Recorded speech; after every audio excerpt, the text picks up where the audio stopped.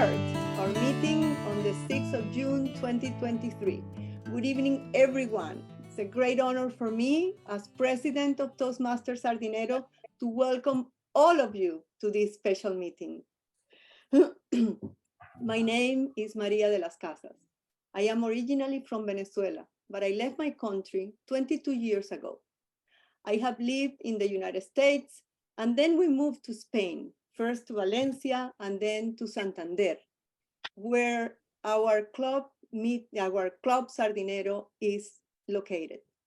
We also happen to have one of the most beautiful bays in the world, Santander Bay. So I invite all of you to come visit the city if you haven't done it yet. I am a professional photographer with many passions. My first passion is my family. I have 5 daughters, 7 granddaughters, 1 grandson, all of them around the world. My second passion is cooking. Everybody in my family loves to eat. I love to cook. So when we get together, we gather in a big table and we share food and good stories. My third passion is photography. Yes, I happen to have one of the most amazing jobs, something that I like. If you find a job that you like, you will be happy. So 3 years ago, I discovered Toastmaster, my 4th passion. Thanks to distinguished Toastmaster Mike Monroe, who was organizing a speechcraft in our public library. He invited me to attend, and I fell in love with Toastmaster and also with public speaking, because Toastmaster is more than that. Toastmasters is public speaking, yes, but it is also leadership, and most of all is community. I have met so many wonderful people in Toastmaster. You can see around, just look at the screen and you can see how many wonderful faces you have there. Since I joined Toastmasters Sardinero, I try not to miss a meeting. We meet every Tuesday at 8 p.m. in person and online, English and Spanish, and we love guests. So we have our door open for you to come and visit and bring guests with you also. Now, I would like to express my gratitude to one of our members, distinguished Toastmaster Pedro Casillas. His enthusiasm and dedication have made possible this event. Thank you, Pedro. I would also like to note the hard work and commitment of Ángela Fuertes, our Vice President of Education, in organizing today's agenda. Ángela is also the driving force behind this club. That is why we all voted unanimously for her to be recognized with the Club Star Award this term for her amazing contribution during this term and during all the years that Sardinero has been functioning. Congratulations to Ángela, and thank you very much. As I said at the beginning, this is a special meeting because we have the privilege to have some very special guests today. We have here International President, distinguished Toastmaster Matt Kensey. Thank you very much for accepting our invitation. We are honored to have you here to share your expertise with us. Toastmaster International President-elect, distinguished Toastmaster Maura Matheson is also here. What a privilege. Thank you for joining us this evening. We have also important Toastmaster members from District 107, District Director Pablo Garcia, Club Growth Director Claudia Villarreal, and Area Director Aida Menendez, which probably will join us soon. Thank you for taking the time to be here this evening and for supporting our Toastmaster community. And of course, I want to express my gratitude to our club members and each and every one of you for being here and contributing to this meeting with your enthusiasm and participation. Now, as you all know, we have a very interesting agenda today, but I want to tell you a few things about our Toastmaster of the evening, Elisa Schneider. Elisa was born in Ann Arbor, Michigan. When she was 2 years old, her family moved to Barcelona, where she lived until she was 7. Then they moved again to San Lucas de Barrameda in Cádiz. A couple of years ago, I met her and she was living in San Juan in Puerto Rico. And today she's connecting all the way from wonderful state of Texas in the United States. Oh my God. Elisa joined Toastmasters in 2020. Her very first speech happened the day before the lockdown started. Can you believe that? But since that moment, Elisa has been on fire because the possibility to travel in Zoom Airlines, as Mike likes to say, Elisa has participated in many Toastmasters speech contests in clubs in India, Puerto Rico, Scotland, Dominican Republic, and Texas. Not only that, last year, she won first place in the table topic speech contest in District 91 in London, and recently she blew everyone away in a speech evaluation contest in Texas, taking home a third place trophy. So without further ado, here is Elisa Snyder, our Toastmaster of the night. Elisa, the screen is yours. Thank you so much, Maria. What a wonderful introduction. And welcome to everybody who's taken from their valuable time to join us here in Sardinero, where we put the international into Toastmasters. Because we have members from all around the world, as you can see as you look around your screen. And this evening, you're in for a treat, because we are going to take that tour around the world, and the tour guides will be each member that you see here. So stay tuned for all of the adventures that are waiting for you this evening. But first question of the evening is, what about Sardinero? Where did it come from? How did it get started? And why are you here tonight? Well, to give us a little bit of background, we're going to hear from Angela. Angela first heard of Toastmasters through Mike Monroy. She just thought, oh, this is a great place to practice English. But no, she found out that Toastmasters is so much more, and that it's a place for each person to develop their unique abilities, not just in communication, but also in relationships and developing what's like a family. She's had a lot of different roles in Toastmasters, and she's met a lot of special people, and that's what keeps her coming. It's that community that you can build from around the world. So without further ado, Angela Fuertes, over to you. Hello again, everyone. Well, I know we have a very busy agenda, but I would like to say that I'm very proud of my team, very proud of my club. Well, here is an example. We have a small club in the north of Spain, Sardinero, and we have reached very great goals. Like, for example, our international president, the international president-elect, some people for the core team. And for example, 2 years ago, we also had the visit of the international president, Richard Peck. And 7 years ago, we received a video greeting us for our first anniversary from the actual president, Jim Kokoski. And also, we have some other goals. For example, in the virtual convention in 2021, we have only 7 clubs were elected to be part. Sorry. And one of them was Sardinero, sorry. Well, and also we have another goals, like, for example, we won the brand video contest and the photo video contest, and also good high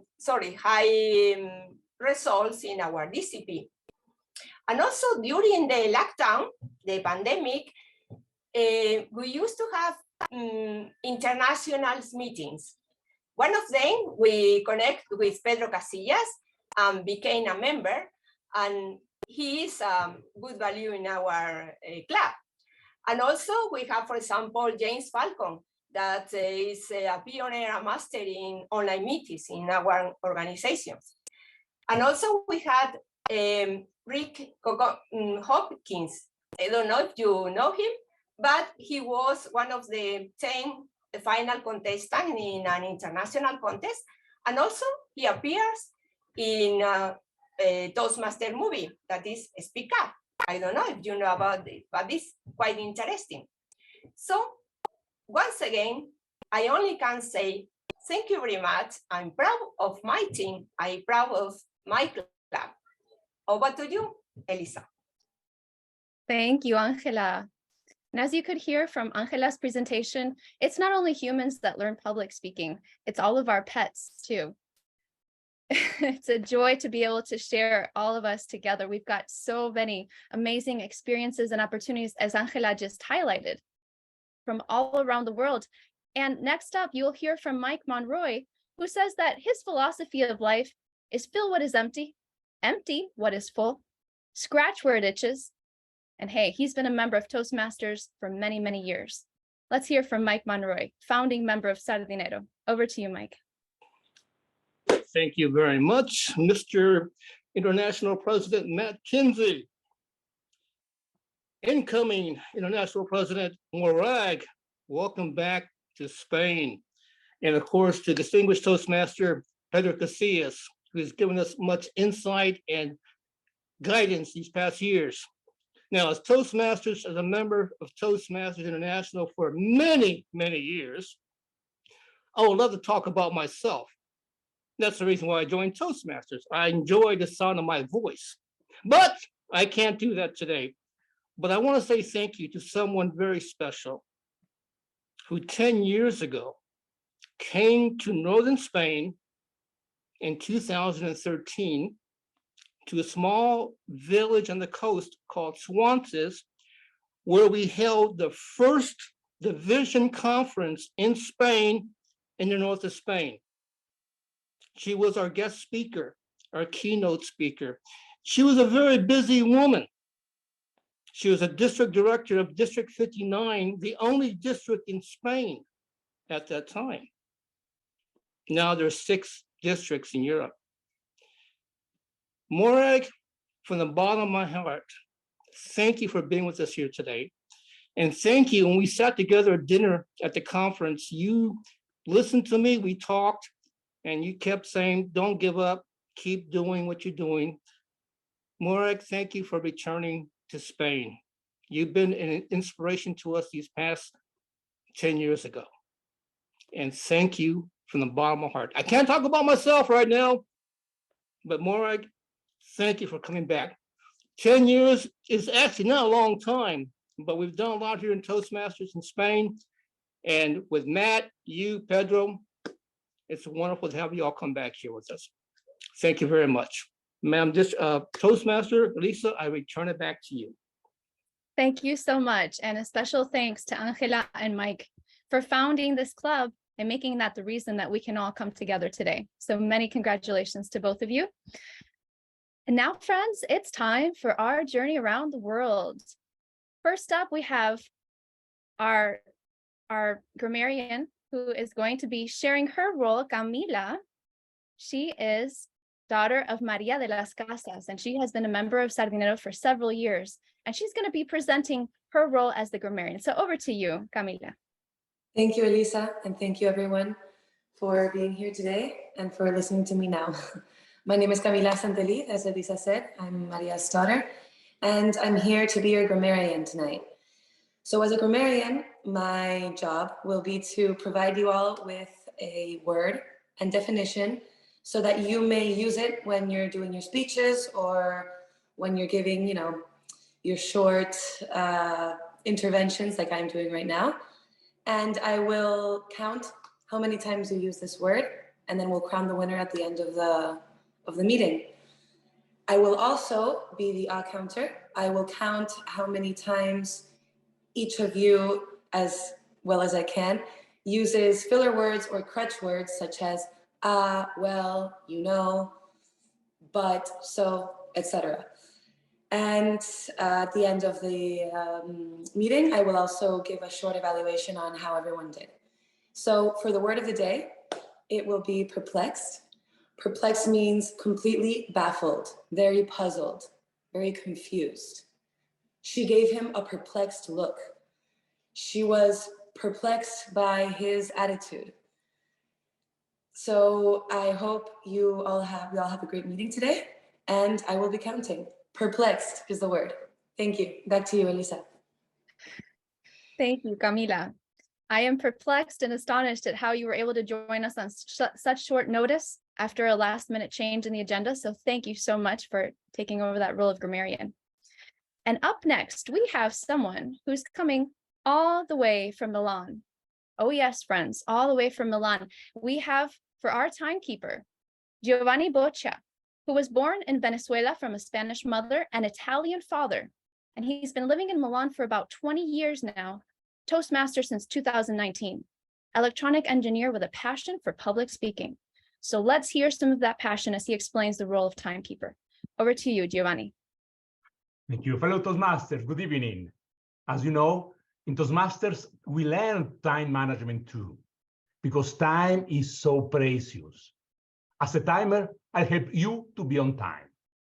During the speech, when you reach the minimum duration, my screen will become green. The yellow, at this time, you have towards to the end of the speech. And with red, you have to stop, please. Extra time, 30 more seconds, and then you have to stop. Talking about valuable things, let me quote the Little Prince. It's the time we give to the people that makes them precious. Thank you. Back to you, Elisa. Thank you so much, Giovanni. We will be watching the time carefully so we can stay on track and finish and enjoy this meeting. And up next, we have our general evaluator who is joining us as the Quality Growth Director for District 107, not 2023. Okay, District 107, let's get this straight. And she is going to be sharing how her role is going to function, and we're going to hear a little bit more about her as the meeting continues. Claudia Villarreal is a marketing communications professional from Los Angeles, California, but she's been living in southern Spain for over 25 years. She started her journey in Toastmasters when she co-founded Toastmasters of Malaga in 2010. And since then, she's helped a lot of communities start clubs. One of her favorite quotes is from Maya Angelou. She says, "I've learned that people will never forget what you said. People will forget what you did, but people will never forget how you made them feel." Having said that, over to you, Claudia Villarreal. Thank you. Thank you very much, Elisa. It is an honor to be here as well. I haven't been back here since 2020.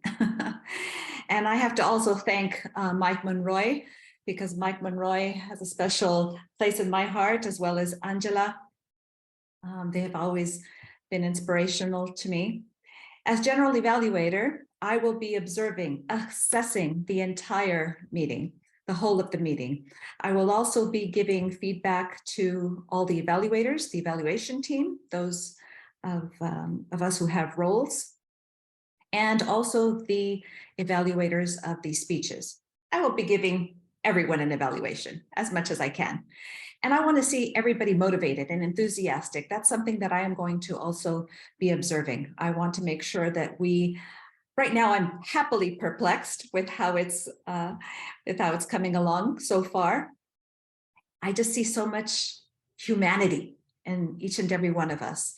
And that's something that I know Matt Kensey is going to talk about today. So it all resonates, I think, with everyone here. And at the end of the meeting, I will give you my report. Thank you. Claudia, we look forward to your report. Thank you so much for joining us this evening. And wow, we have an agenda packed full of amazing, amazing speakers from all around the globe. So first we'll have our prepared speeches. Then in Sardinero, we have evaluations right after each speech. So the evaluator is kept on their toes in terms of later providing that feedback. And then at the end, we'll have table topics and then the general evaluation. So stay tuned for each part.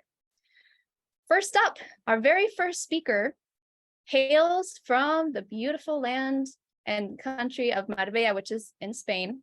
And Ray Sweeney has been a member of Sardinero and Masters of Evaluation in Los Angeles, and he's also involved in Marbella Achievers in Spain, so he's part of several clubs. He was born in the Emerald Isle, grew up in England, and is fortunate to be living in Malaga, Andalusia, in the south of Spain.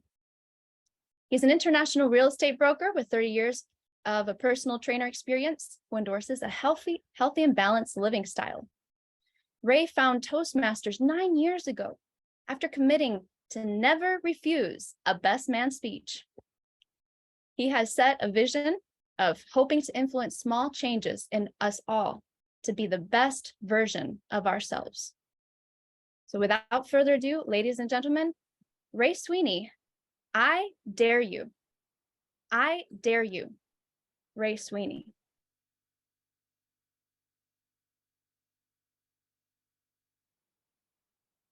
Go on, I dare you.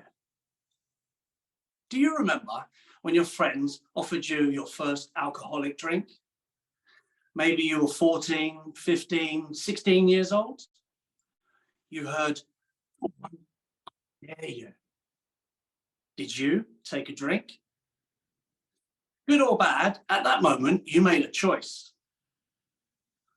Fellow choice makers, as a young boy, I was into athletics.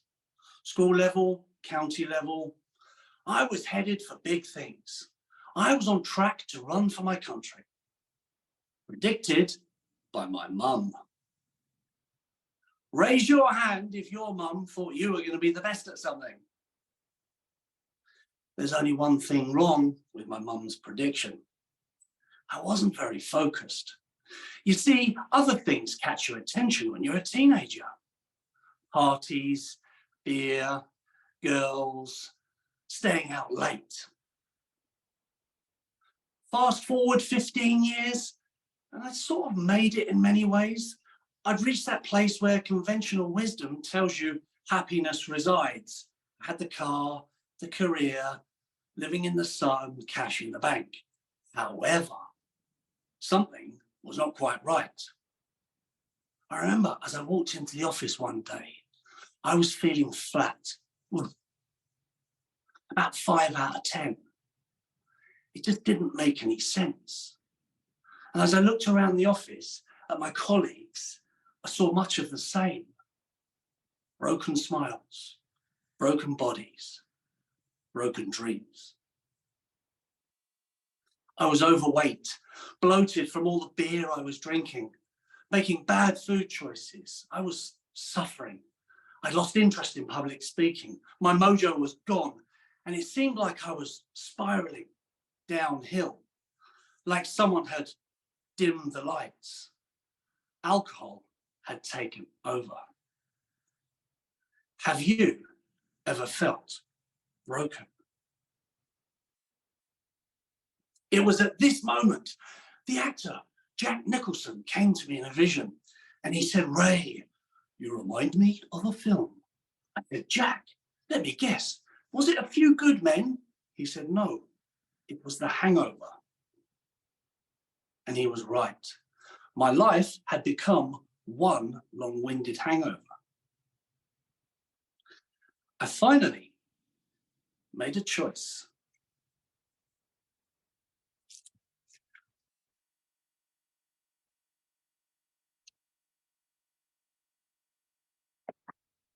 I have to admit, at first I was afraid, I was petrified. There's definitely a song in there somewhere, but I was frightened because drinking was how we socialize, celebrate, commiserate, how we meet our partners. It's the social Vaseline that makes the world easier, or so we've been told.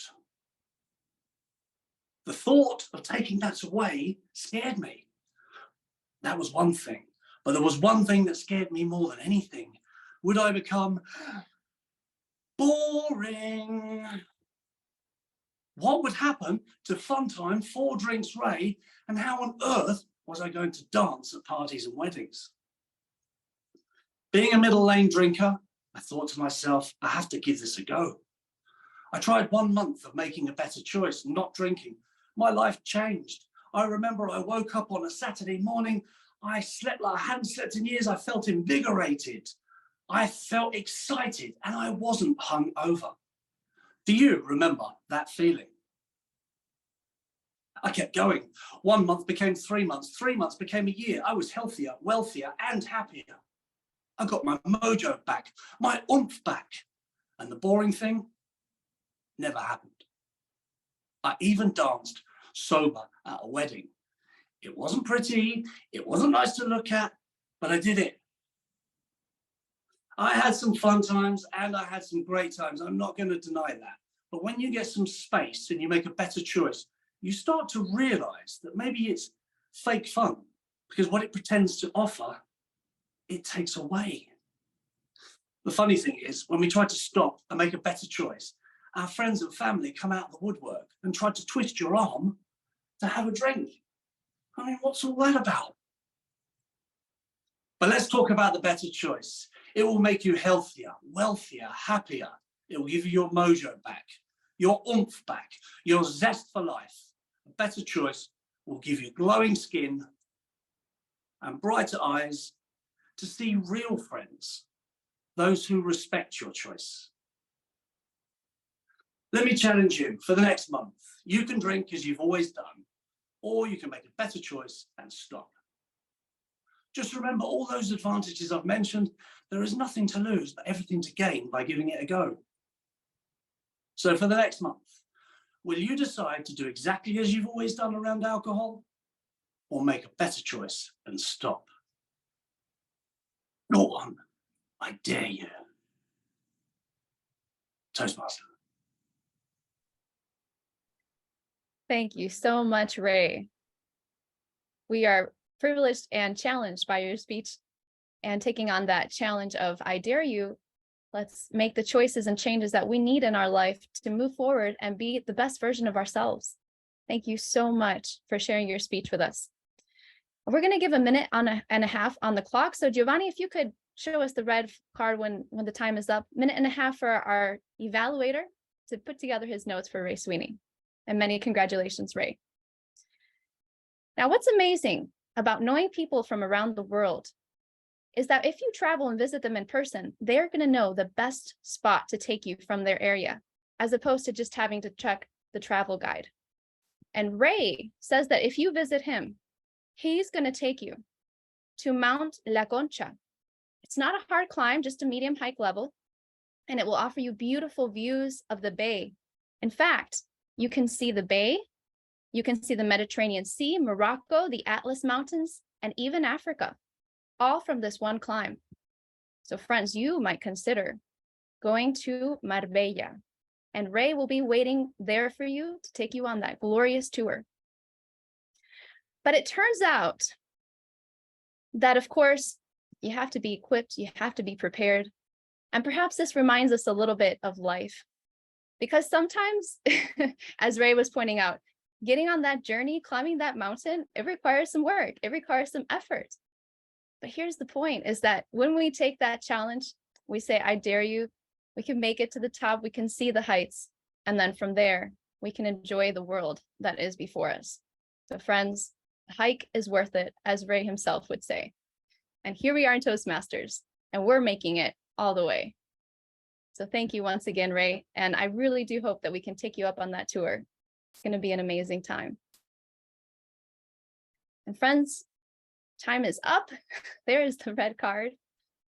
And it's time to hear a little bit more from our second speaker, the person that you all have been waiting for, President Matt Kensey. And President Matt hails from Florida. President Matt, I apologize, I needed to get that slide, but we all know you are from Florida. He is the Managing Director and Chief Information Security Officer of IT Fusion in Coral Springs. He oversees the operations and security for this IT consulting firm that services small and medium-sized businesses in the South Florida area. He holds a master's degree in computer information systems from the University of Phoenix, Arizona. And he has a certificate in strategic management and was recognized with the Silver Beaver and Vigil Honor Awards for his work with the Boy Scouts of America. He's been a Toastmaster since 2003, a charter member of his home club, Outspoken Toastmasters in Coral Springs. He's had a number of high-profile leadership positions within Toastmasters and has attained the Distinguished Toastmaster designation. the highest level of educational achievement in the organization. He says, I have learned that to be the most successful, you need to lead with your heart and not your head. He says there's no finer program than Toastmasters for helping people build their self-confidence, communication, and leadership skills. Friends, it is our honor to have with us this evening Matt Kensey, the Toastmaster International President, with a speech entitled, I have learned that to be most successful, you need to lead with your heart and not your head. I have learned that to be most successful, you need to lead with your heart and not your head. International President Matt Kensey. Thank you. Estoy encantado de estar con ustedes. I will speak in English, but I do speak Spanish, so feel free to send me a note in Spanish if that's your preference. Let's go back 9 years. 9 years ago, I was preparing as an international director candidate to go to Kuala Lumpur, Malaysia. Having conversation with district leaders, I go to Kuala Lumpur, and in a two-person race, I got 35% of the vote. Now, for you math majors out there, that is not a majority, is it? And it rocked me. It was honestly the first time I'd ever lost an election for anything I'd wanted to get in my life. But Toastmasters, being the wonderful people they are, continued to encourage me. And by that evening, I had decided I was going to run again. And so a year later, I've started my process to run again, and I'm calling people and asking them, okay, what could I have done better? What could I have done differently to connect with more people, to get more votes? And what I heard from them, and Morag saw me as a district leader. We were district leaders, so my guess is she's probably going to agree with this. Was Matt, we can tell you're a smart guy. We can tell you've got ideas because you freely share them, but who are you? And I had spent hundreds of hours in conversations with district leaders, and they're telling me they don't know who I am inside. And I called past International President Pat Johnson. She had been the chair of the International Leadership Committee 2 years before that had determined that a year before they determined I was not going to be nominated and I had to run from the floor. And we're sitting there having conversation. I finally said, Pat, do you have any specific advice for me? Now I'm sitting here taking notes, and she says, well, Matt, in my experience, most leaders tend to lead with their head instead of their heart. And I'm just taking notes. I'm like, okay. And she goes, Matt. I'm like, I looked at her on the Zoom call, and she said, put your pencil down. You need to get out of your head and into your heart. Now, I'll be honest, when I told this story in front of Pat, she goes, I wasn't that harsh with you. And I just said, it makes a better story. So go with it, Pat. But the point she was trying to get to me was that I was too much in my head. And what does that really mean? Well, around the same time, I went to a conference in Scottsdale, Arizona. 800 people in the room, and at lunch, the MC gets up in front of the stage and goes, all right, ladies and gentlemen, over lunch today, we want you to go out on the streets of Scottsdale, Arizona, find a stranger, and take them to lunch, and then come back and tell us about it. Now, I don't know if this would work in Spain or wherever you are, but it was not going well for me. I'd walk up to somebody and say, hey, can I go to lunch with you? And they're like running off. I don't know if they thought I was trying to ask them out on a date, convert them to my religion, or get them to sell Amway, but they wanted nothing to do with me. Now, Morag and I have worked together for many years, and she knows I'm a get her done kind of guy. If you give me a task, I'm going to get it done.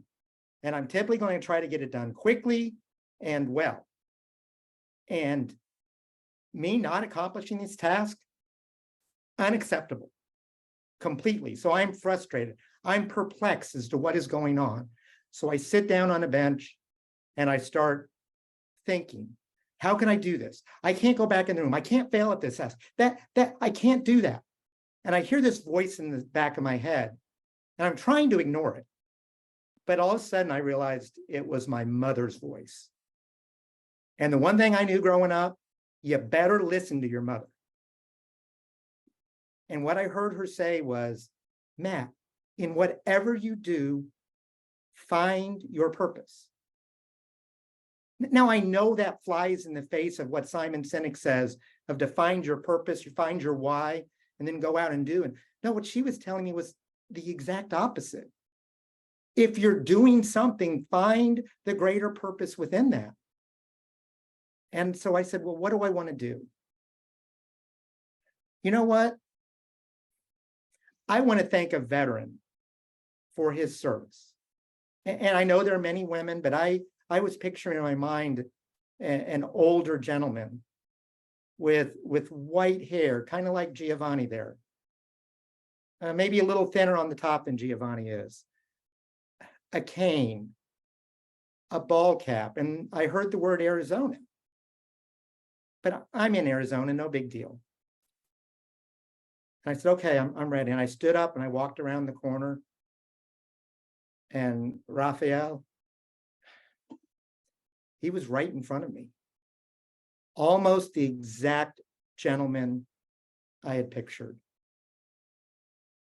White hair, a cane, a very wise face, not quite as good looking as Giovanni, and a ball cap that said USS Arizona. And I walked up to him, I said, sir, would you do the honor of going to lunch with me? And he looked at me and said, why? Hey, this is a good start. He's not running away. And I said, well, I made a decision a few minutes ago. I wanted to thank a veteran. I noticed your cap. Would you please go in and have lunch with me? And he paused for a second. He said, well, my mother told me never turn down a free lunch. And like I said, you better listen to your mother. So we walked inside, we ordered our food, the food came, and we're sitting there having a conversation. Eventually, I turned to him and I said, you know, Bill, I noticed your cap. Did you know somebody on the Arizona? He looked at me and goes, know someone? Boy, I was on the Arizona. He goes, I will never forget that day. It was just before assembly, and I heard the sirens go off. And my first thought was, oh, here comes another drill. But then I realized that everybody was pointing out across the horizon. And those were not our planes. The next minutes felt like hours and seconds at the same time as bullets flew, as bombs fell, and as torpedoes hit our ships. The stack behind me blew up, and I was thrown into the waters of Pearl Harbor. And I watched my ship sink to the bottom. I lost 2,300 brothers that day. I'll never forget it.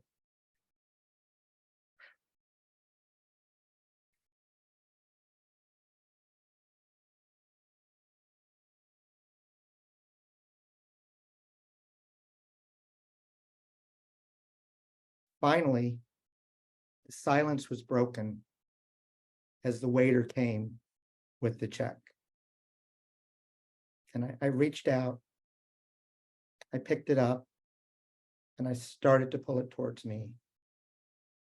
And it was snatched out of my hands. I looked up and Bill had it. I said, Bill, I told you, I wanted to take you to lunch. He goes, yeah, I know what you said. So what? The only thing I could think to say in that moment was, well, my mother also told me never turn down a free lunch.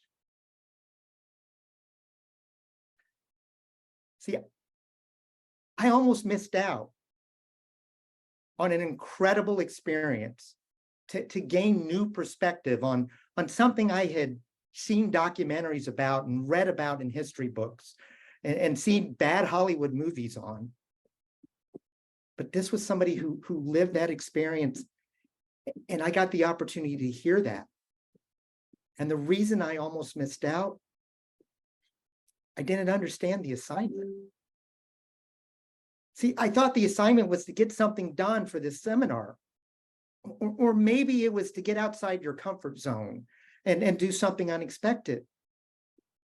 No, the assignment was to connect with a fellow human being, even if just for a few minutes.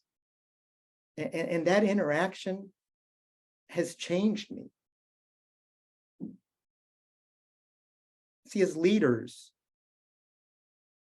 there are times where we need to lead with our head. Planning is important. Having strategies, having goals, having a vision and a mission for an organization, those are important. And our club mission is important at the club, and our district mission and Toastmasters International mission to empower people to become more effective communicators and leaders. Those matter. And there are times where you need to lead with your hands. We saw recently a horrendous earthquake in Turkey. That was not the time to sit there and make plans. That was the time for people to get up and go and move rubble and provide medical care and provide emergency supplies to take care of people's lives. And so as leaders, we have to lead with our hands and set the right example and hold high standards. But you've got to lead first with your heart. If you take care of the connections, if you take care of the mental health and well-being of those people on your team, if you get to know them and what drives them and why do they want to be, especially in an organization like Toastmasters, where people voluntarily choose to be a part of it. See, the hard times have come. Toastmasters is facing some hard times. But because I have a relationship with my fellow executive committee members, because I have a relationship with the members on the board, and because I talk to as many district leaders as I can to create a relationship with them, when the hard times come and we have to make hard decisions and we disagree, it's okay. Because we know who's on the team. That was the lesson I had to learn. That was the lesson Pat Johnson was trying to share with me. That was the lesson from my seminar. The reason I say that to be most effective as a leader, you need to lead with your heart and not your head is because that's my experience. When I look at Toastmasters today, on many areas, it is not doing well. But how many of you can tell me that your life is better today because of Toastmasters? Each of you is a success of Toastmasters, and we can't lose sight of that when we have membership struggles, when we have struggle building new clubs. Now, those are important. And Pablo, to make it very clear, now is the time to lead with your hands to make District 107 distinguished. And I know you're going to get there. I look at the dashboard every day. Claudia, you too. And I hear that club is sitting and being processed. So I'm absolutely confident it's going to happen. 3 clubs, 4. I love it. Okay, for your clubs, for people in clubs here, now is the time to make sure that you complete those requirements for distinguished. Now's the time to lead with your heart, with your head, with your hands, and get things done. But many of you are transitioning to new roles next year. Your new club officers, your new district officers. At the beginning of the year, work on those relationships. Focus on that. Know who's on your team. Always keeping in mind that the best measure we have today for how effective your club is the Distinguished Club Program. And that's the best measure we have to say how well you are doing in meeting the club mission. For the district, the best measure we have today is the District Recognition Program. But no matter where you're leading, no matter what the walk of life, leadership at its core is an exercise in human relationships. It's not about managing goals and objectives. It's about leading people. Leading people to become more than they thought they could be. Our past world champion, Dhananjaya, he said, I loved his speech in Kuala Lumpur. I see something in you, but I'm not sure exactly what it is. And that's what he was hearing over and over. What's even better is when you can tell somebody what you see in them. And I know, because I've worked with Morag is going to be an amazing international president in a few months and lead an amazing board of directors to continue to work on the challenges we have as an organization. And I have complete confidence that she will do that because we've established that relationship. It's easy to say that. It's harder to know it. And I have no doubt, because of what I've seen for her over the last 11, 12 years, that we've been in each other's circles, sometimes closer than others. But what about you? How do you choose to lead? I think the most effective leaders know when to use their head, when to use their hands, and when to use their heart. And they're all necessary. But if you have a choice, if you want to make sure that even if you make a bad decision, you won't be in the wrong, I encourage you to start with your heart. Madam Toastmaster. Wow, wow, wow. Mr. International President Matt Kensey, thank you so much for those words, tremendous words of wisdom, which we can all apply to our lives, because in one way or another, whether it's in Toastmasters or whether it's even at home, there's someone always coming behind. There's always someone who's behind and will be further along in the path. And so this is so valuable. And we just appreciate so much your words to us this evening. Let's have a minute and a half for the evaluator to prepare the report. You may have noticed that we haven't had the first evaluation. Guess what? One lesson we learned in Toastmasters is that it's a good, safe place to fail.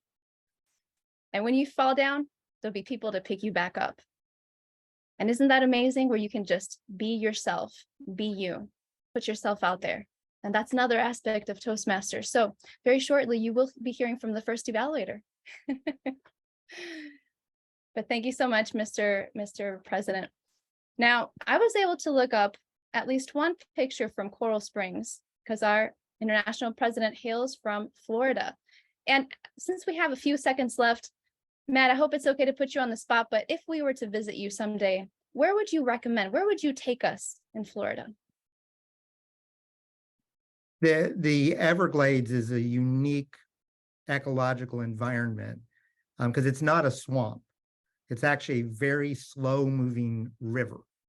It moves about 1.6 kilometers per day. That's how fast the water flows.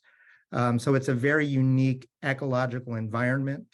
And I think it's something, there are lots of Disneys around the world. Everyone's different, everyone's unique. So it's easy to say that. But I think if you want to see something you can't see anywhere else in the world, it would be the Everglades. That sounds absolutely incredible. Okay, friends, let's all book ourselves a trip to Florida. Let's do this. Thank you, President. Thank you, President Matt. We really appreciate it. Okay, now it is time for the evaluations. And first up, we're going to be hearing from our very first evaluator, who is Mike Monroy.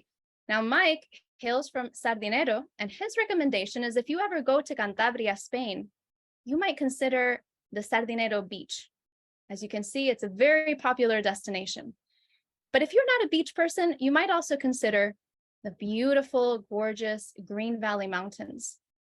And at the end of the day, if you come off with a lot of hunger and appetite, have a little bit of seafood which is just, for some people, it's their cup of tea, maybe not for others, but you might consider if that's of your interest. So having said that, over to Mike Monroy from Sardinero. Thank you very much, Madam Toastmaster, fellow Toastmasters. Good evening.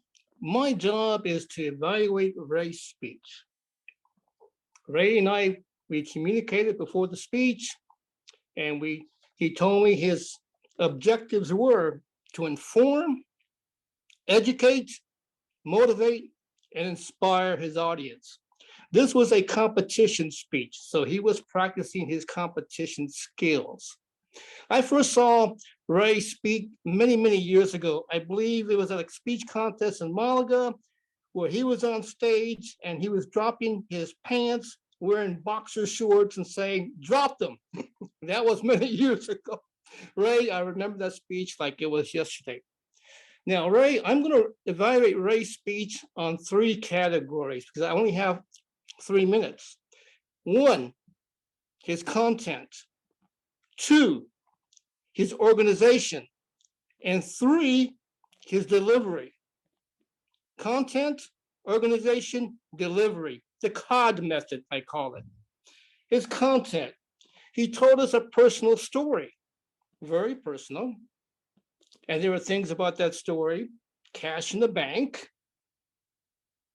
dreams, broken dreams, overweight, bad choices, teenage years, girls. He got my attention. Yeah, he grabbed me. He came out, we say in American English, he came out swinging. He was swinging, all right. He hit me. I was perplexed. Boom. His organization, he opened very well. He got my attention. I hope he got your attention. Body language. Ray, you excellent. Using the beer bottle and emptying the beer bottle, I like it. Now it's a personal story. You wasted good beer, but I like it, okay? I felt sorry for the beer. Your closing, a little abrupt, but that's just my opinion, okay? My opinion, a little abrupt. Your delivery, body language, excellent, masterclass. Eye contact on the mark, especially online. This is online, Zoom, excellent. Voice, I understood you, and I hope other people understood you too. Very passionate, very emotional. And the message you left me was not the title of your speech. I forgot that title because I never heard you say it. In my opinion, I mean, it went away. Healthier, wealthier, and happier. That's what I remember about your speech. Healthier, wealthier, and happier. I hope that would have been the title of your speech, but it wasn't. It's neither here or there. In American English, we say, Ray, you hit the ball out of the park in baseball. This was a grand slam home run. I'm not blowing smoke at you. I'm not trying to give you flowers. This was a superb, well thought out, organized speech where you informed us, you educated us in a way, but you know, the beer is a different story. Motivation and inspiration, that's personal. That's between the person and themselves. That's gonna be cultural.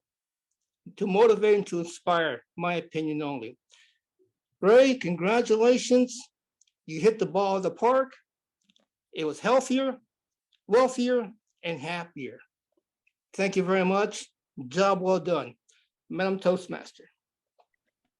Thank you, Mike, for an outstanding evaluation and helping our speaker to see those areas of success and maybe a few areas of recommendation. So thank you for your insights and wisdom. And for our second evaluator, all the way from District 107, he is the District Director for District 107. He will be evaluating our speaker, Matt Kensey, Pablo Garcia Estevez. He says, I consider myself a passionate learner of all different kinds of concepts and developing new abilities, like modifying our conduct, reaching for our potential, and just developing our thinking as much as possible. So our second evaluator comes from Salamanca, District Director for District 107. Over to you, Pablo García Estevez. People will never forget how you made them feel. Elisa, you shared that quote from Maya Angelou that Claudia actually suggested, and I really think it relates to what Matt did with us today. When I asked Matt about his project, Prepare to Speak Professionally, and what he wanted me to focus on, he mentioned that he wanted to see where the emotion was. And to me, Matt really speaks from the heart. It's not only starting from the heart, but actually speaking from the heart. How has he made possible to move us through a roller coasters of emotions during his speech? Well, you know that he is an experienced Toastmasters, distinguished, of course, and he's made all of the checks on the list. Let me start enumerating. For instance, usage of this virtual stage. You saw how the boat sank. You saw how he was pointing and actually within frame. And also he was using the mirror effect, talking about the past on your left, not my left. Things that make you think how you actually relate to the audience. Let's talk now about the other dynamics. For instance, the pace, the voice, the vocal variety, and the most of them, the pauses. For me, Matt, your usage of pauses are just hilarious. You really leave us all perplexed on the way you make us feel what you are telling us. To tell you more, I mean, he made them all. So for instance, the usage of humor in some spots of the speech, like when he was talking about Hair of Giovanni, maybe when he was talking about this anchor, like you better listen to what your man says, or things like that. Humor all over, spread and scattered, which make it easy to connect with the audience. And also he was related to some of us that are there in the audience. Again, appropriateness. We are all Toastmasters. We are leaders, and he knows how to talk to us. I also wanted to talk about the structure. To me, 20 minutes of speech actually felt like what, 10? Something like that. And that's because it was really logical to follow. But I would like to suggest something for you, Matt, that maybe you can consider for the future. Is a bit of a challenge. Looking into the logic of one of your ideas, when you talk to Bill, you were saying that you managed to find that story behind his story when you met him, but that was very spectacular. So maybe I could have brought it down to special examples that any of us could have. Of course, we can always make it in our head, but it's also good that you put some examples there. And one more suggestion, you really had a long title. Why don't you have it like heart or head, or even your very last words? Start with your heart. I think that will make it more hype and even for us to be more aware of it. All in all, as I said, you checked all the dynamics and all the things that we use in Toastmasters to improve our public speaking, starting from the storytelling, descriptive language, impressive humor, and all of the usage of the stage. So thank you very much, Matt, because all of us will not forget how you made us feel today. Thank you so much, Pablo, for that exquisite evaluation. It was deep, it was profound, and we really did bring up some of those famous phrases that stick with us. It's how people make us feel. And yes, President Matt, you were amazing. So thank you so much. And friends, if you were to visit Pedro in Salamanca, he says, actually, he would take you to Madrid because there are some beautiful gardens called El Huerto de Calixto y Melibea. So you might consider after this meeting taking a trip over to Madrid because apparently Pablo knows the ideal places that you can go to see beauty, nature, and be refreshed. So friends, up next, it's time to drop over to London. We have our table topic master who is going to be leading us in intriguing and enthusiastic questions. and that is Pedro Casillas. Now, Pedro has been in Toastmasters for over 20 years, but he says that he's still learning. He says he's an active member at Toastmasters Sardinero and Experience French, where he is working through various pathways in Spanish and French. And he says that his favorite saying is that the key to success, to any success, is to do a little and often. Having said that, over to you, Pedro Casillas. Thank you very much, Madam Toastmaster and fellow members and welcome guests. Welcome to Table Topics. First thing we're going to do is answer the question, why are we doing Table Topics? What is it all about? Well, it's very simple. I believe Table Topics is fun, can be challenging, can be scary, and can be interesting. Tonight, they're going to be a lot of fun, really interesting, no scariness, because it's going to be great and fun. We're a big family here, and it's going to be really interesting. And it can be in Spanish, it can be in Spanglish, it can be whatever language you want to speak it in, actually. It's up to you. Before we go in, I want to tell you about why we're doing this. Some of you may have heard of this thing called the elevator pitch, that you've got this great idea, and then someone's told you that if you met up with perhaps Morag Matheson in a lift or in an elevator, you've got 30 seconds to get your pitch across, and you think, yes, sir, I'm going to do that. Well, look who's in the lift waiting for us here. We've got our international President Matt Kensey there. He's waiting, and we're ready to get into the elevator with him. I've got an idea, you say. Yay, yeah, absolutely. Got 30 seconds. Let's do this, Matt. And then suddenly, your mind goes blank. Well, happens to all of us, but Table Topics can help us to overcome this. Or, you know, we're in that interview of the dream job. You're looking forward to it, and it starts off really well. The questions are flowing, you're answering all the questions, and then suddenly the interviewer asks you a seemingly very simple question, and you can't think, your mind goes blank. Well, we're here in Table Topics. We'll help you to overcome all of these areas. So I've got a few tips to help us all who are going to answer our questions tonight. 4 words that I use anytime I do a table topic: listen, pause, think, speak. Listen, pause, think, speak. For example, listen. Have you really heard the question that the topics master or the interviewer has asked you? Do you understand the question? Can you ask the person to repeat the question for you? Make sure that you've really understood that question. And then your mind is going all over the place and you're trying to get an idea in your head. Pause. And then adopt the thinker pose. It makes you look really smart. Buy some time. Get your ideas. And then, when you're ready, then start speaking.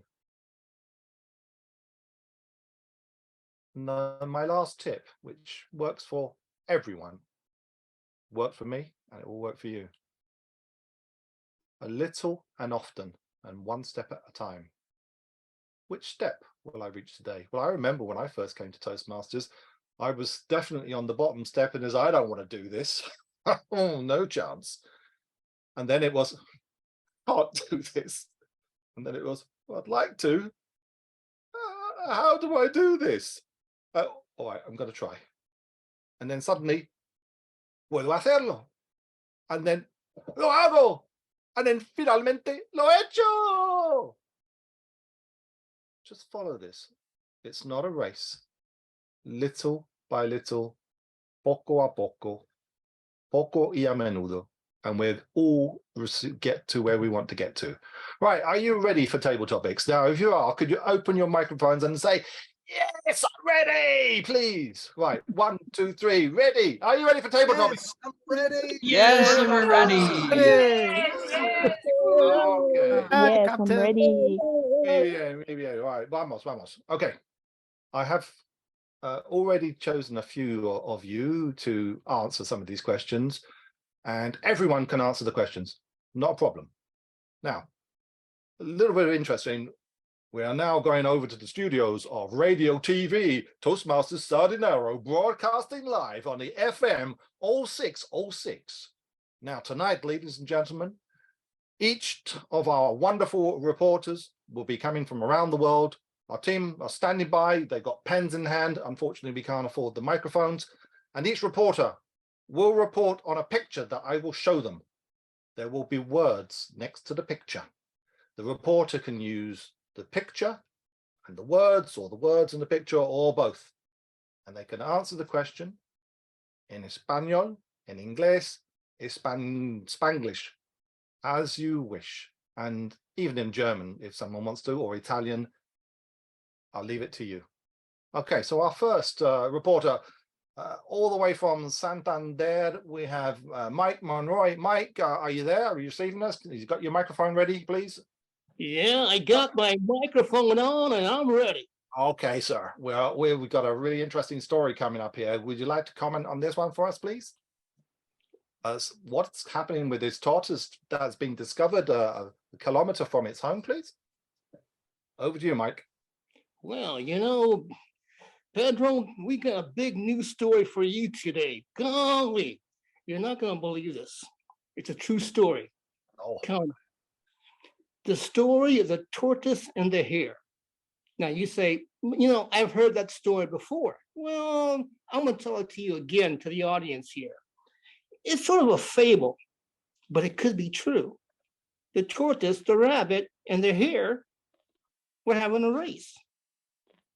Now, they both left at the same time and started running, going. The rabbit went so fast, and the poor turtle was going very slow. Of course, the rabbit, the tortoise, being arrogant and saying, you know, I'm going to beat this guy. This is easy for me, easy peasy. There's nothing perplexed about it.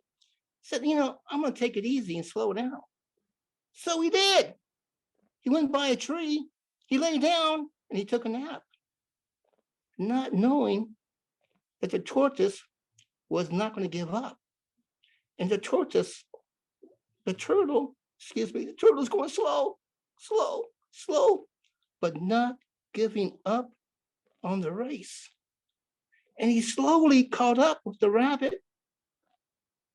He passed the rabbit, and he won. How is that? How does a turtle beat a rabbit? That's the moral of the story. Think about it. The rabbit. Hey, it's a true story. But you know, it's a great story. Pedro, glad to help you out. Back to you without my microphone. Thank you very much. You get it back. I got my microphone here. Thank you so much for reporting on the tortoise and the hare and the turtle and the rabbit and whichever it happens to be. Fascinating story. Now, I'm hearing a buzzing sound in my left ear. Yeah, it's from our intrepid reporter, Morag Matheson. Are you there, Morag? Reporting from somewhere north. I'm not sure where exactly you are. Can you tell us where you are and what's going on here, please? I'm at a secret location. I can't disclose my whereabouts because you might come to try find me, and you might come to try see this phenomenon that is appearing in the sky as night is falling where I am. A light baby blue spiral. Could it be a galaxy in a land far, far away? Could it be? Or could it be some kind of phenomenon of weather that's happening here? We've had some really strange weather in the last weeks. We've had rain, we've had sunshine, we've had sand from the Sahara Desert covering our cars in this location. But this is something else. It reminds me so much of the Aurora Borealis, or the Northern Lights. Maybe that's a clue as to where I am this evening. But like I say, I'm not going to tell you because you'll come, and then my exclusive won't be my exclusive. It'll be shared by all of us. I want it to be on the news. I want you to see it on the big screen first, before all of the crazy people start to make their way here. And they come here with food trucks and all sorts and litter and mess, and it destroys the beauty of that moment. So I'm keeping this moment special as we look at the skies tonight and wonder what portent this shows for us, even if we are a little perplexed. Table Topics Master. Thank you so much, Morag. We're reporting from some unknown place somewhere north with some interesting spiral. Well, we'll have to come back another week to find out where on earth she is. Now, we're heading over to Idaho, I believe. I wonder if our reporter, Sandra Savage, happens to be there. Sandra, are you there? Yes, I am, sir. Would you be able to report on this strange, what on earth is going on with Lagerfield's cat, Choupette? Choupette Yeah. is flat. Yeah. Something has happened Yeah. that the cat is now flat. But the painter himself has so much personality. He has chosen his cat to match his hair, his eyes, even his mouth. It's downward. Unhappy. I'm perplexed as to what the problem could be. I think what he needs is to attend a Toastmasters meeting. Maybe that'll turn that frown upside down and make him a happy guy and make his cat less flat. Now, you may wonder why I'm not really excited about the cat. I've seen too many cats in Toastmaster meetings lately, and I think we need to turn it over to the dogs. But I'm going to turn the story back over to you. Thank you, sir. Thank you, Sandra, reporting from Idaho on the perplexing story of the flat cat. Maybe somebody else will be able to unperplex us. Well, we have a perplexing story coming from our good friend Jack. Jack, are you there? Are you ready for the next story, please? Of course I'm ready. Thank you, Jack. This is an interesting story that happened in Missouri, I believe. What can you tell us a bit more about this 78-year-old bank heist suspect? Thank you, Senor Pedro, Table Topics Master. I can't see the timer, so I am timing myself. This story will not perplex anyone who is listening to this radio broadcast. 78-year-old woman needed some money to feed her poor dog a bone. And so what did she do? She couldn't work anymore.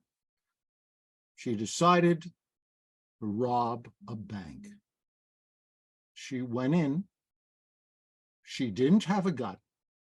She just had a note, which she passed on to the teller, saying, "This is a bank robbery. Give me all your money." The teller laughed because the teller wasn't scared by this woman. The police were notified, came and arrested her.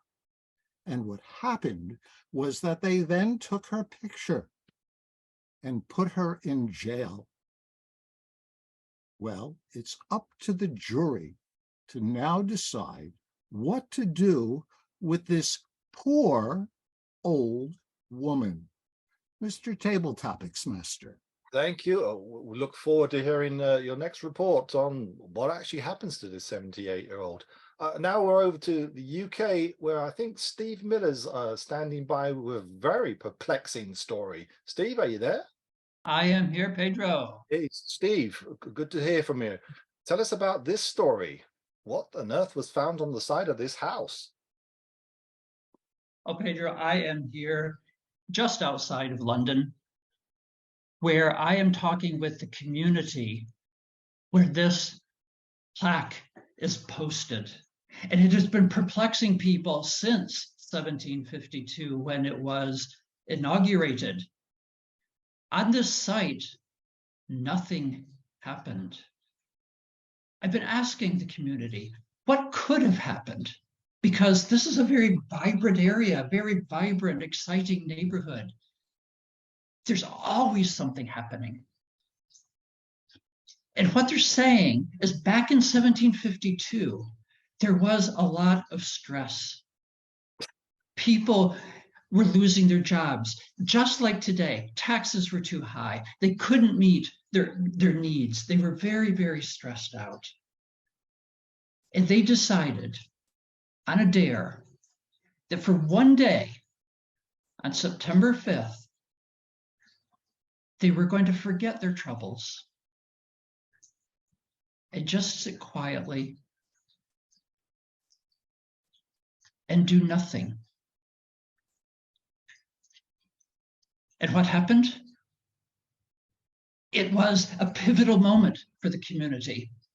The following day, there was more energy, there was excitement, there was optimism, and the community thrived from that day on, just because on this one day, Pedro, they did nothing. Back to you. Thank you so much, Steve. Would you like to know the real answer to what happened? Yes. Well, in 1752, the Julian calendar was out of step with the Gregorian calendar by 13 days. But the only way to fix it was to change the date. So between the 3rd and the 13th of September, no one was born, no one died. People went to bed on the night of the 2nd and they woke up on the 14th. So there we go. Very cool. Very cool. Muriel, our guest Muriel. Muriel, hello, Muriel, are you there? Are you ready to participate? I'm as ready as I'll be, yes. Okay, well, we've got a real humdinger for you. What on earth has happened here in Sardinera? Okay. We've been visited by a Sophie AI. What's that all about? Report.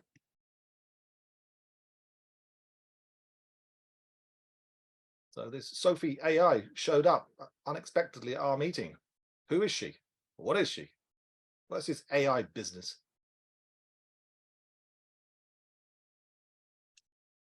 And so this Sophie AI, Sophie Artificial Intelligence, she was a surprise guest, even though she knew that she was prepared to attend. And she was letting everyone know who she was and what her intentions were. And her intention is to let each and every one know what she will be doing in the next 6 months to a year. Although she doesn't have much of a heart, she decided to let them know that she was going to be the one to replace them. And so she just said in very clear terms, she offered as much clarity as she could. People were absolutely aghast at what she was saying. You have an intention to replace us? How dare you come? You were not even invited. And you are letting us know that you intend to replace us. Well, to her dismay, everyone in the room decided to get together and figure out a way to thwart her intentions.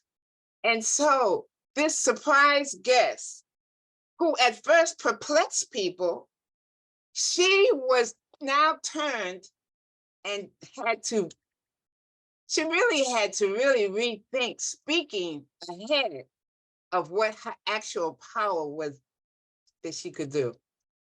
And so I say that before we speak, we should think about what the impact of what we have to say will have on those in the audience. Back to you, Mr. Table Topics Master. Thank you, Muriel. Thank you for that report. Pedro, breaking news, Pedro. Breaking news.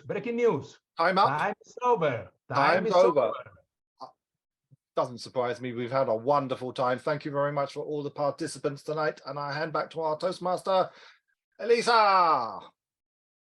Thank you, Pedro. Thank you. Wow, that was a perplexing set of questions that Pedro had us excited and enthused with. I'm glad that all of our participants did such a tremendous and outstanding job. A lot of reporters around the world.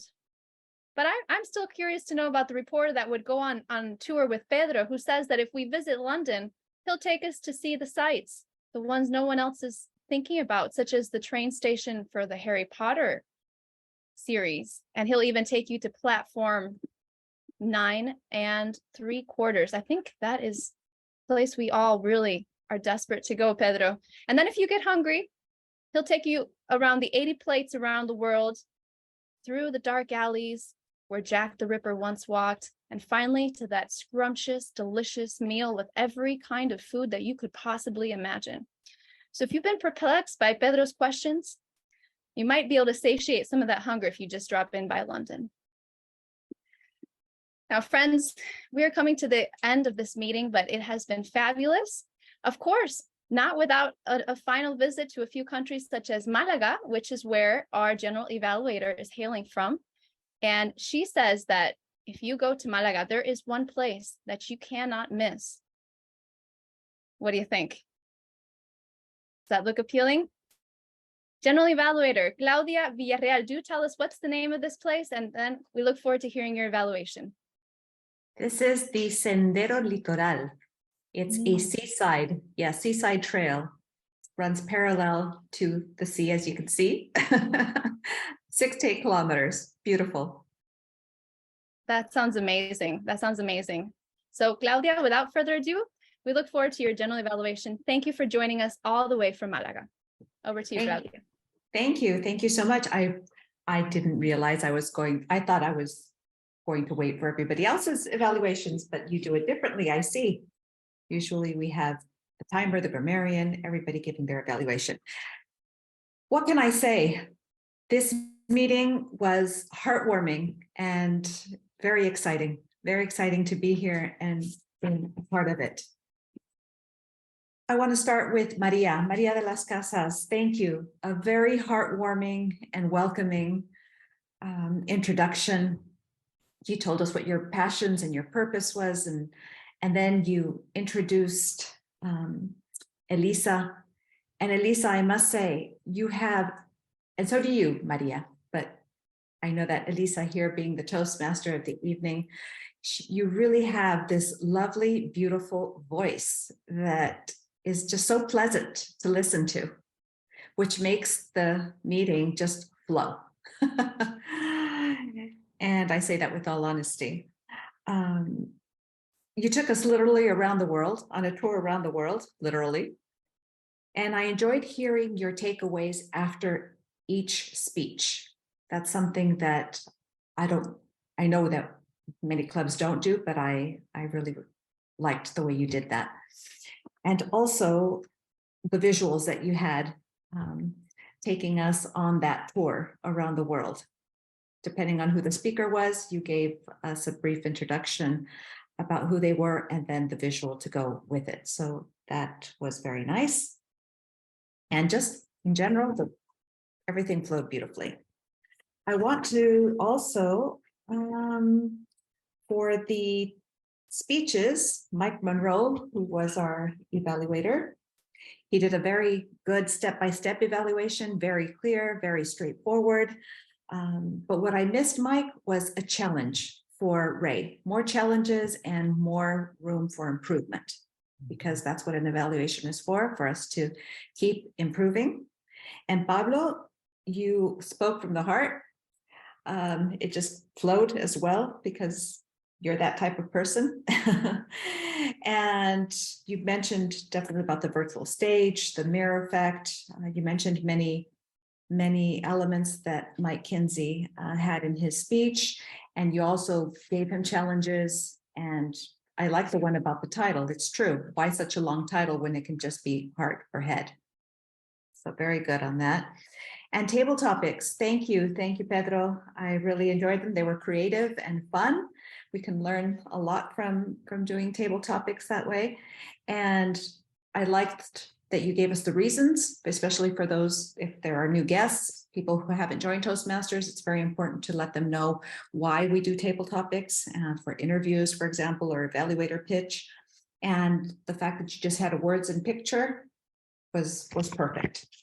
The timer, Giovanni, you did very well describing your role, and Camila as well. I liked the word perplexed. I think many of us used it, I hope. And what else? What I did miss is, or no, you did say it. You did give us the definition of perplexed. But maybe, well, I think we're more of an English speaking club here. So many of us were speaking in English. Maybe you could highlight different, words or phrases that maybe you liked. But I guess here in Sardinero, the grammarian, the timer, they don't give evaluations. Am I correct? So those evaluations are during this section of the general evaluation. If you want, you can call them right after. Okay. And then, but I do have elements for improvement. Okay, elements to improve. I would like for everyone from now on, if possible, to add the name of your role followed by your name, like I did, General Evaluator Claudia, because I didn't know who was doing what. That would make it very clear for everyone. Also, pin the speaker. I had to pin the speaker to concentrate on the speaker. If you pin the speaker for everyone, everyone's eyes are on that speaker instead of on the entire screen. I know everyone can do that individually, but as a Zoom master, I suggest you pin the speaker, as well as the speaker pin the timer, because I heard a few of you say, I can't see the timer. Pin him or her. 1.5 minutes to evaluate is a challenge. I recommend at least 2. In Malaga, we do 3, but 1.5 is a challenge, which is okay too, I guess. If you are a guest, and if you're going to be walking in your rooms and not focusing, turn your camera off. Out of respect, just turn your camera off instead of us seeing you walk around your room doing stuff that you shouldn't be doing. And I also recommend reading the objectives before the speech so that all the guests know what the objectives of the speech are. And that way we can give that speaker a better evaluation. And the cherry on top, again, that for me was those visuals. I like those visuals that you had, Elisa, on your screen. So now I introduce how does this work? Yes, if you like, or I can do it too, but we will just ask for the reports from the grammarian and timer. Okay, so I will start with the timer. So Camila, I will pass the word over to you. So we are over time. Let me be quickly. We can improve managing our time. We can improve. More of us were okay with during this speech. Right, it's okay. 5:59. Our president okay. 16.8 minutes. And maybe something better could do Pablo Garcia. It was overtime 3:33, and under time Sandra with 49 seconds. All the rest was okay. We are more or less 5 minutes over. It was very, very funny for me. Thank you for everything.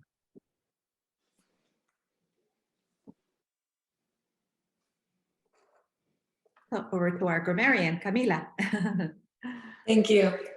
So first of all, I would like to say that this was a great meeting in terms of usage of the word of the day, which was perplexed. I personally am perplexed at how many times it was used. The count is at 17, 18 if we count my last addition of the word. Now, there is a tie between the winners. We have Elisa at 3 times saying perplexed, and Pedro having said perplexed as well 3 times. So I congratulate you both for using the word so many times. And I would like to just, honorably mention all of those who have used it. So Claudia used it once or 3 times if we count the few times she said it during her evaluation. Our International President Matt Kensey said it once.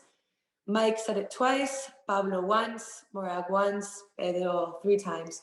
Jack once. Steve once. Mariel once. So I congratulate you all for using the word. For me personally, it's always a difficult task using the word of the day. I always forget, so I admire you all. In terms of the count, the crutch words, this was a great meeting. Very few of you have used filler words, crutch words. I think the one that has used it most is me. I have counted already 3 times I've said it now, just in the short time that I've been speaking. Claudia also used it a few times during her evaluation. I counted 4 times. Maybe it was a little less, maybe it was more, but that's what I counted. Mike used twice during his table topic speech, but that's, for me, it's always the hardest not to say it when you're doing table topics. The pressure is on, it's more difficult. Pablo also said it once during his evaluation, and that is the count that I have. So it's very few, and I congratulate you all on the use of the word perplex and on your few use of crutch words. So I leave it back to you, General Evaluator. Thank you all for having me. Thank you. And I do want to highlight 2 more things. This meeting actually started on the 26th of May, because on the 26th of May, it started being promoted everywhere.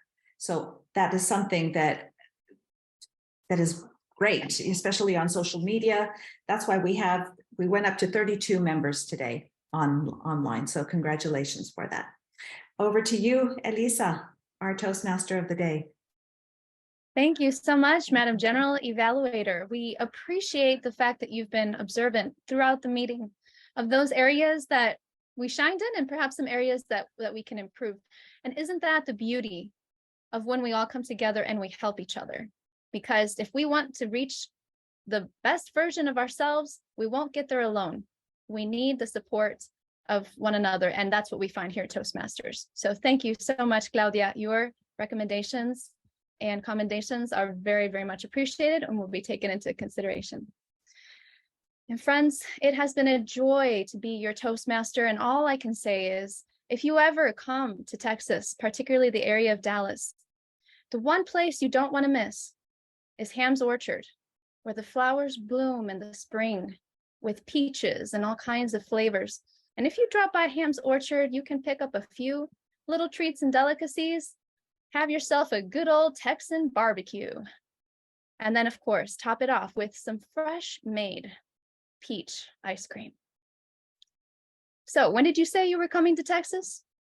I'm here waiting for you.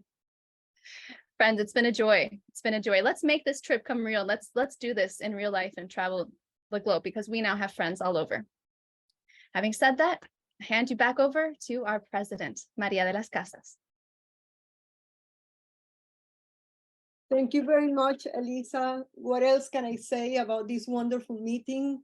You led us in such a wonderful and creative way. Thank you very much for that. As we approach the end of this session, actually, we have already gone 3 minutes over. I would like to take a little moment to reflect on the power of Toastmasters. Toastmasters holds the potential to inspire, educate, and connect people. And we have seen that today through this meeting. Thank you very much to everybody to be here today. And before we conclude, I really would like to invite our International President-elect, distinguished Toastmaster Maura Matheson, to share a few words with us before we end. Would you do that? It would be my pleasure to say a few words. Thank you very much. It is so lovely to be with you. It's the first time I'm visiting your club, but it's not the first time I'm visiting the part of the world where your club was founded, as you heard earlier from Mike. And I have such fond memories of spending time with you. I've loved the meeting this evening. It has been fabulous to enjoy the energy. And what a passionate club president you have. My goodness, that must be an amazing gift to your club, to have a president who is so passionate and considerate and caring, as well as energetic. And I hope that that is part of the spirit of your club. I'm sure it is. It's been a real joy to be here. And I wish you every success in the future. Thank you for having me. It's been a pleasure. Thank you very much. And there is not much, as I said, that I want to share, just that I'm very, very happy. This meeting has been very inspiring for me, and I hope that it's been very inspiring for you too. And as I said at the beginning, our doors are open for you to come and visit us Tuesdays at 8 o'clock Madrid time, and I hope to see you in our meeting soon. Thank you very much and have a great night.